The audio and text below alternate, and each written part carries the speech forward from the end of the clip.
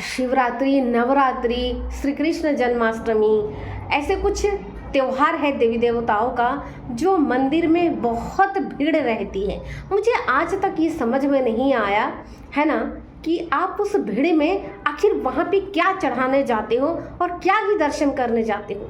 मैं आपको एक क्लिप दिखाती हूँ, आप बताइए कि इस वीडियो में कहाँ से दर्शन हो रही है। सरासर यहाँ पे गलत हो रहा है। पता है आप क्यों ऐसे करते हो? क्योंकि आपको बचपन से ही कुछ ऐसी डर, ऐसी चीज़ें आपने सुना, आपने सोचा, आपने पढ़ा कि आपके रोम रोम में भगवान की डर बैठ गया है। आप भगवान से डरते हो, जबकि भगवान से डरना गलत है।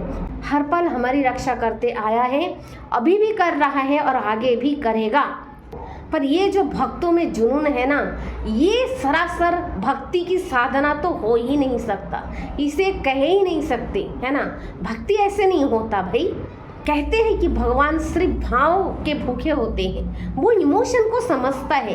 कहे गई जो लैंग्वेज है, जो भाषा है, इसमें भगवान पीएचडी नहीं किया है। और ना ही जो आप चढ़ाते हो, जल चढ़ाते हो, फूल चढ़ाते हो, अगरबत्ती चढ़ाते हो, इससे कोई मतलब नहीं है। आप कुछ चढ़ाओ चाहे ना चढ़ाओ, वो आपकी रक्षा करता है। बस आपको डाउट है मन में, हमेशा आपके मन में डाउट रहती है, इसलिए ना आपके ऊपर में ना लॉ ऑफ अट्रैक्शन काम करता है, ना आप खुद के ऊपर आप विश्वास रखते हो। आप कभी बैठते नहीं हो खुद के साथ में, इसलिए आप भगवान के पीछे पीछे दौड़ते हो। लोग समय के साथ तो भगवान भी बदल देते हैं और आप उसी लोगों के कही गई बातों को आप अमल करते हैं। अगर भगवान से कनेक्शन जोड़ना है तो एक जगह शांत होकर बैठिए, खुद को शांत कीजिए, लंबी लंबी सांस लीजिए और धीरे धीरे खुद की बॉडी को शांत करते हुए फील कीजिए। फिर धीरे धीरे अपने अंदर जाइए, अपने अंदर। जब अपने अंदर जाएंगे और इस तरह से आप प्रैक्टिस करेंगे ना, तो एक समय बाद आपको महसूस होगी तो भगवान तो आपके अंदर है, आपके साथ है, वो बाहर है ही नहीं। ये है पहला।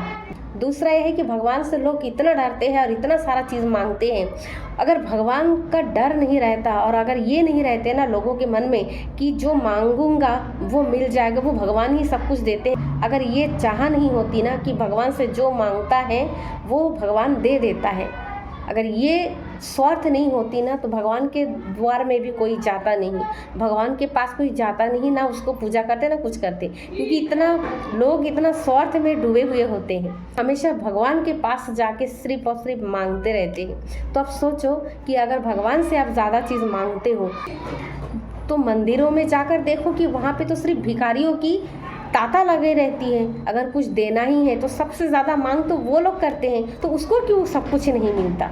अगर उसको मैं छोड़ भी दूँ तो तीसरे नंबर पर जो उस मंदिर की जो पुजारी है, भगवान की पूजा से ही सब कुछ सार्थक हो जाता, तो सबसे ज़्यादा पूजा करने वाले लोग तो पुजारी हैं, जो उस मंदिर की पुजारी होती है, जो ब्राह्मण होते हैं वो है, तो फिर उसे क्यों कमी रहती। भाई सोचो, भगवान को आप नारियल चढ़ाओ, फूल चढ़ाओ, जो भी चढ़ाओ, वो उससे कोई मतलब ही नहीं है, कोई मतलब नहीं है। बस भगवान को अगर कुछ देना है ना तो अपना भाव दीजिए, अपने इमोशंस दीजिए, क्योंकि उसे आपके लैंग्वेज से कोई मतलब नहीं है, आपके खिलाने पिलाने से कोई मतलब नहीं है। बस आप जो भाव मन में रखते हो, जो इमोशन अपने अंदर रखते हो, बस वही एक रास्ता है जिसके ज़रिए से हम कनेक्ट हो सकते हैं, हम कनेक्शन जोड़ते हैं, हम फील करते हैं, खुद के इमोशन के साथ जोड़ते हैं।